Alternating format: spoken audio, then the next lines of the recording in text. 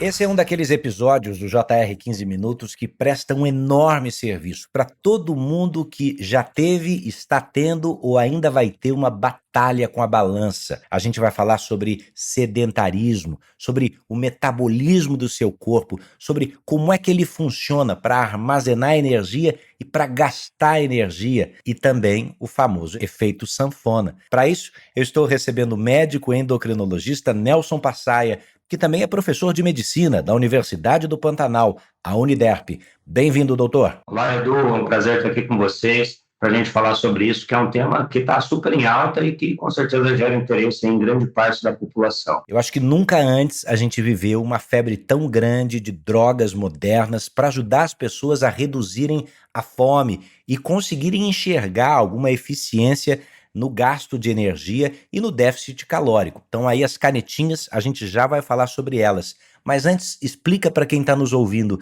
como é que o corpo humano trabalha a nosso favor e a nosso desfavor em termos de armazenamento de energia, doutor. Edu, esse é um assunto que realmente é muito importante. A gente vê que o nosso corpo, o nosso metabolismo foram anos, né, de evolução tentando fazer justamente o contrário do que a gente tenta hoje. O corpo sempre tentou armazenar mais energia com menos ingestão de caloria. Então, a gente lá vivia uma escassez de alimento. E hoje, ainda bem, a gente vive o contrário, né? A gente vive uma abundância de alimentos, e alimentos também chamados hiperpalatáveis, então ricos em açúcar, em gordura, que são gostosos, mas que são muito calóricos. E o nosso corpo ali sempre tentando armazenar cada vez mais essa energia. E hoje, isso vai justamente contra o que a gente tenta. A gente vive um surto de sobrepeso e obesidade. Mais de 50% da população brasileira sofre com sobrepeso e obesidade. E a tentativa de perder peso é muito frustrante muitas vezes, porque quando a gente começa a perder peso, o nosso corpo tenta fazer o contrário, ele entende, ó, o cara está passando fome, então tem que fazer ele voltar a ganhar peso. Ele tenta diminuir o seu metabolismo e aumentar a sua fome. E aí, Edu, é até interessante que a gente tem estudos que tentam demonstrar justamente isso. A gente tem um estudo de 2016, por exemplo, do David Polidoro, publicado na revista Obesity, que ele tenta falar justamente isso para a gente. Cada vez que a gente perde 1 quilo, parece que a fome do paciente aumenta em 100 quilocalorias. Ou seja, cada vez que você perde 1, 2, 5, 10 quilos, a sua fome aumenta proporcionalmente, justamente para o seu corpo tentando fazer você buscar mais alimento para voltar ao peso que você tinha. E não é só isso não, viu? Cada vez que você perde 1 quilo, a ABES, a Sociedade Brasileira de Estudo de Obesidade, ela estima que você diminua o seu metabolismo em 30 quilocalorias. Então, olha só que loucura. Cada vez que você tenta emagrecer, o seu corpo tenta aumentar a sua fome e diminuir o seu metabolismo para você voltar no peso que você já tinha. Então, é aquela coisa, são anos de metabolismo, de evolução, tentando jogar contra o nosso emagrecimento nesse momento. Isso é impressionante e faz todo sentido quando as pessoas conversam entre elas ou levam esse assunto ao médico dizendo eu me saboto, o corpo me sabota. Sabota mesmo, é científico e está comprovado. Agora, os mesmos estudos que conseguiram medir isso matematicamente também conseguem redesenhar o aprendizado do metabolismo. Onde é que começa isso? É lá no cérebro? Esses mecanismos são todos bem complexos, né? Porque o que aumenta a sua fome são neurotransmissores lá no cérebro. Sistema nervoso central, o sistema de recompensa, o sistema de fome, neurônios da Conquecarte, neuropeptídeo Y, a lúteo, então são vias complexas. Mas não é só isso. É o seu metabolismo também. Então, é a parte de consumo energético pelo músculo, pela gordura, pelo seu corpo. A gente tem uma coisa chamada taxa metabólica basal, que é quanto você gasta de energia só para ficar vivo. E conforme você perde o peso, a sua taxa metabólica basal diminui. É como se seu corpo fosse ficando mais eficiente em economizar energia. Só que aqui, para a gente, essa eficiência é ruim hoje, porque a gente acaba levando ao reganho de peso. E esse reganho é o famoso efeito sanfona contra o qual tanta gente luta. O que é que a gente já sabe sobre o que é mais eficiente na hora de reeducar o corpo? Se é que tem como.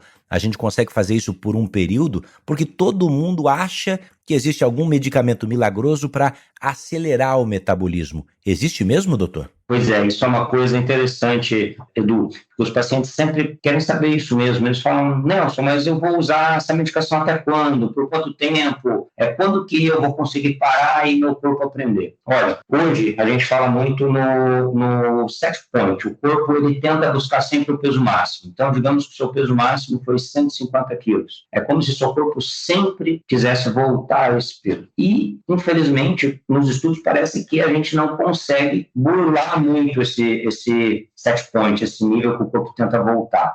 O que a gente sabe, por isso que hoje a definição de obesidade é que ela é uma doença crônica, ou seja, ela é para a vida toda, assim como hipertensão, diabetes, muitas vezes, e ela é recidivante. O que é isso? Você melhora e ela volta, o efeito sanfona, né? O reganho. Então, por isso, hoje se fala-se muito em não cessar o tratamento, em fazer um uso crônico. Do mesmo jeito que muitas vezes o paciente vai usar a medicação da hipertensão para o resto da vida, a medicação da obesidade para o resto da vida. Claro que há como manter o peso sem medicação, até há, mas é difícil. Eu falo para o paciente que ele vai conseguir um dia, talvez, parar a medicação e conseguir manter esse peso, é aquele paciente que tenha o clássico, a famosa mudança de estilo de vida importante. O problema é que isso é muito difícil. Então, ele tem que pensar que a obesidade é uma doença crônica. Ele pode até chegar num peso ou num IMC de normalidade, mas o tratamento, seja com medicação ou com estilo de vida, é contínuo, é para o resto da vida. Então aqui, doutor Nelson, a gente começa a falar, dentro da sua área da endocrinologia, sobre estratégias de cultura, né? Não só sobre medicamentos. Nunca foi tão apropriado lembrarmos do grupo dos vigilantes do peso. São pessoas que, assim como os alcoólicos anônimos, se ajudam, compartilham experiências. E esse termo vigiar é justamente a solução, parece única, plausível e não medicamentosa, para essa doença crônica que o senhor acaba de nos explicar tão bem. Ou você vigia os seus atos, ou você vigia o seu estilo de vida, ou você não terá um efeito a longo prazo. Por que vigia? Porque a sabotagem, ela está dentro da sua célula, não está apenas naquele amigo que te chamou para ir no rodízio de pizza, está dentro do seu corpo lutando contra você. Então vamos agora para as estratégias que funcionam, que têm dado certo, para além do estilo de vida, porque eu quero lembrar quem que nos assiste, né? Estilo de vida não é regime, estilo de vida não é dieta. Estilo de vida é aquilo que você faz de segunda a segunda, quer dizer, na maior parte do tempo, entre os finais de semana, né, doutor? Isso, Edu, isso é interessante, e eu falo que o estilo de vida, na verdade, ele não está só separado, ou você faz o estilo de vida ou você usa a medicação. Na verdade, isso é uma sinergia, né? A gente usa a medicação como estilo de vida, para o paciente perder peso, ganhar massa muscular, ou preservar a massa muscular e ter uma melhor qualidade de vida. E dentro das estratégias, a gente tem até alguns dados, tanto da ABES quanto do Colégio Americano de Medicina Esportiva, sobre tempo de atividade física para manutenção de peso a longo prazo. Porque a gente está muito acostumado a ouvir aqueles 150 minutos por semana, né? E que realmente esses 150 minutos, eles são muito válidos quando a gente pensa em saúde, melhora metabólica, então você diminui seu risco cardiovascular. Mas quando a gente está falando de manutenção de peso, parece que a atividade física tem que ser maior. Então mostra que pacientes que eles fazem de 250 a 300, mais de 250 a 300 minutos por semana, esses pacientes têm uma maior chance de manutenção e perda de peso a longo prazo. Então isso eu sempre, para facilitar para o paciente, eu falo, não é 1 hora, 5 vezes na semana. Nelson, só consigo ir 3 vezes ou 4 vezes. Tudo bem. Então, a gente vai aumentar esse tempo. Vai colocar ali 90 minutos por dia, 70 minutos, né? É claro que isso eu estou falando do exercício físico. Também tem a atividade física. Então, você falou, Edu, que você faz ali durante o dia, no seu horário comercial. Então, às vezes, a gente trabalha muito sentado, muito inativo fisicamente, ativo mentalmente, mas inativo fisicamente. Então, também mostra que você dá mais de 10 mil passos ao dia, está associado a uma maior manutenção também do peso perdido. Então, é tentar levantar mais vezes, andar mais e fazer atividade física nesse tempo maior durante a semana. E, claro, os hábitos alimentares, que aqui eu sempre acho a equipe multiprofissional, né? É muito bom quando esses pacientes conseguem acompanhar também com o nutricionista, muitas vezes tem um educador físico na sua prática, isso facilita muito, Só que, claro, a gente sabe que essa não é a realidade da maior parte da população que sofre com obesidade. Então, é muito difícil, às vezes, na prática, a gente conseguir fazer essa manutenção. Bom, agora, antes da próxima pergunta, uma pergunta rápida. Há quanto tempo o senhor maneja canetas emagrecedoras em consultório com seus pacientes? Há quanto tempo isso virou realidade para o senhor e para os seus pacientes? As canetas, eu vejo que teve um boom maior, quando a gente fala das canetas. Lá atrás, a primeira foi a liraglutida, quando começou com que veio com uma terapia realmente muito eficaz no consultório. A gente não tinha medicações com uma resposta tão boa quanto a liraglutida. Depois veio a semaglutida, que é o famoso Ozempic, né? E agora, do ano passado para cá, o Mounjaro, que está super em alta, é o que mais falam na internet hoje. Mas eu vejo que de 2 anos para cá, que as canetas têm tido uma notoriedade maior, né? Tem tido uma exposição maior, tanto na mídia quanto nas redes sociais. E muitas vezes os próprios pacientes já vêm em consultório perguntando sobre isso, né? Sabendo sobre o tratamento. Então, 2 anos, vamos pensar em 2 anos. Nesses 2 anos, o que é que a gente aprendeu? O que é que não dá certo no uso das canetas e quando é que elas atingem o seu melhor resultado?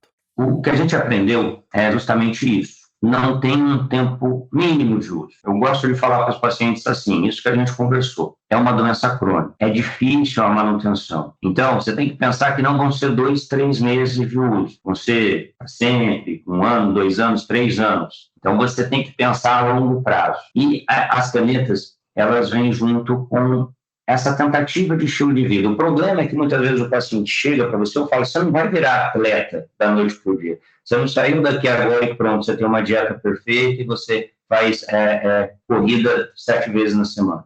Você vai começar fazendo o que você consegue, seu João, por exemplo. João, se você consegue hoje dar uma volta na quadra 1 vez na semana, você vai dar uma volta na quadra 1 vez na semana. A gente tem que ter essa ideia que a gente vai estar sempre tentando aumentar esse processo.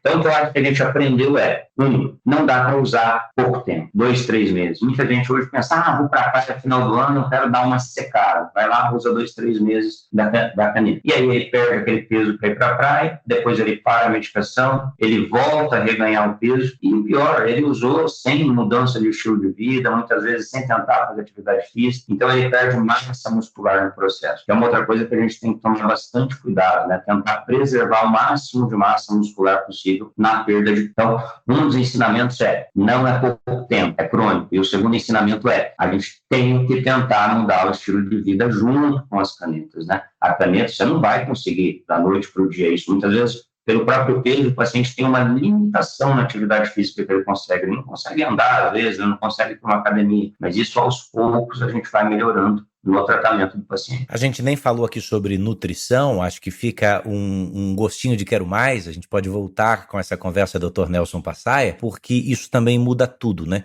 No estilo de vida, buscar alimentos de verdade. Quanto menos alimentos ultraprocessados, quanto menos alimentos daqueles que você precisa ler o rótulo, melhor. Mas, de qualquer maneira, a gente tem pela frente um grande desafio, que é saber que, sem mudança de estilo de vida, o remédio vai ser passageiro e o efeito vai ser tão passageiro e nocivo quanto. Dr. Nelson Passaia, eu quero agradecer demais essa conversa aqui no JR 15 Minutos. Muito obrigado. Foi um prazer estar aqui com vocês. E mensagem para quem está nos ouvindo, posso falar que a obesidade ela tem tratamento sim, e a gente precisa ter uma equipe aí multiprofissional para poder acompanhar esses pacientes da melhor forma. Um grande abraço.